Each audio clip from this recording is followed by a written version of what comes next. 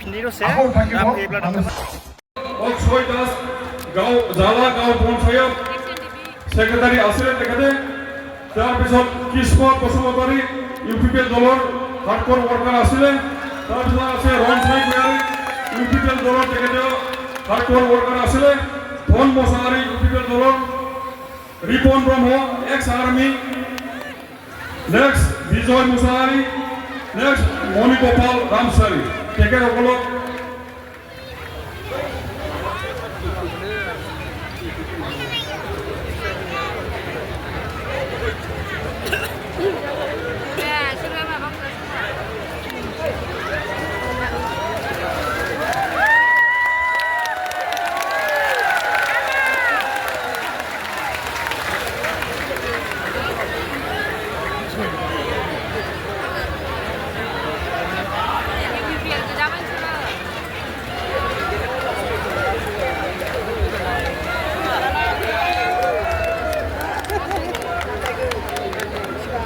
ধন্যবাদ থাকিল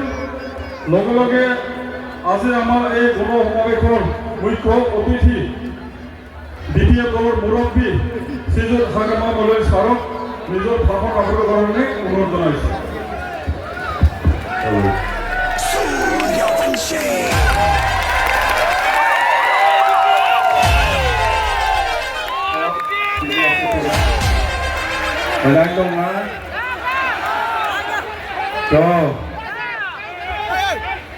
বড়ো বুঝি পায়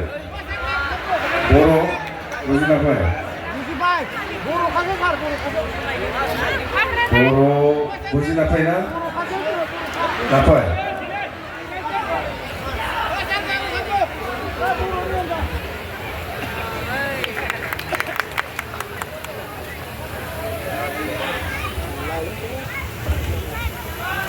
তো আজি হল 13 তারিখ না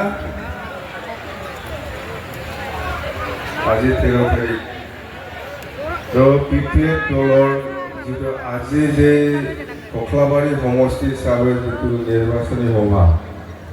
এইটো দেখি পাই মই খুব মানে আচৰিত পাইছোঁ ইমান গোটেই সমষ্টি হিচাপে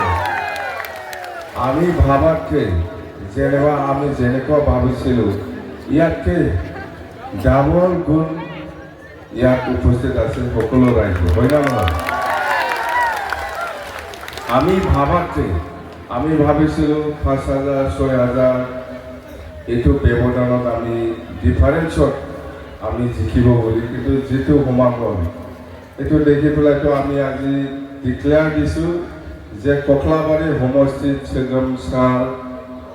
বড়ো ডাঙৰীয়াই 10,000 ডিফাৰেঞ্চত জিকি আছে 10,000 ডিফাৰেঞ্চত জিকি আছে আৰু মই কৈছোঁ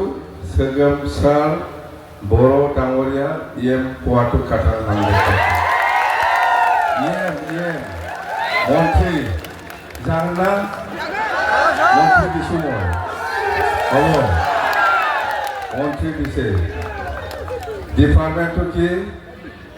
এগ্ৰিকালচাৰ এই যে কখলাবাৰী ফাৰ্ম আছে না এই কখলাবাৰী ফাৰ্মটো যাতে ভাল আগতকৈ বেছি ভাল বা আজিৰ অৱস্থা খুব বেয়া কখলাবাৰী ফাৰ্মটো ইয়াত যেনিবা এই অঞ্চলত থকা ৰাইজসকলে কিছু খেতি কৰি পেলাই খাব পাব লাগিছিল বা পাইছিল আগত কিন্তু এতিয়া নাই আৰু এই কখলাবাৰী ফাৰ্মটো আমি এগ্ৰিকালচাৰ কলেজ হিচাপে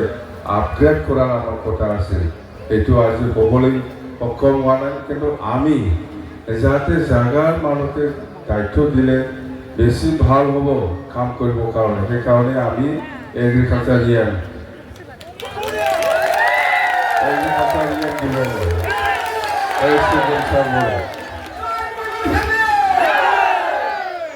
চিনি পাই না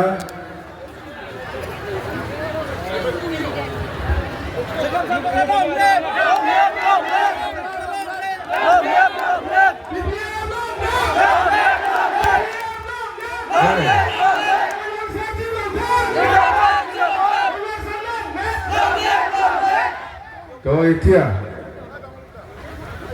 এতিয়া হ'ল নিৰ্বাচন 22 ছেপ্টেম্বৰত হ'ব, 22 তাৰিখত, আজি 13 তাৰিখ, আৰু বেছি দিন নাই, সকলোৱে জানে। আৰু আমি BPF দলে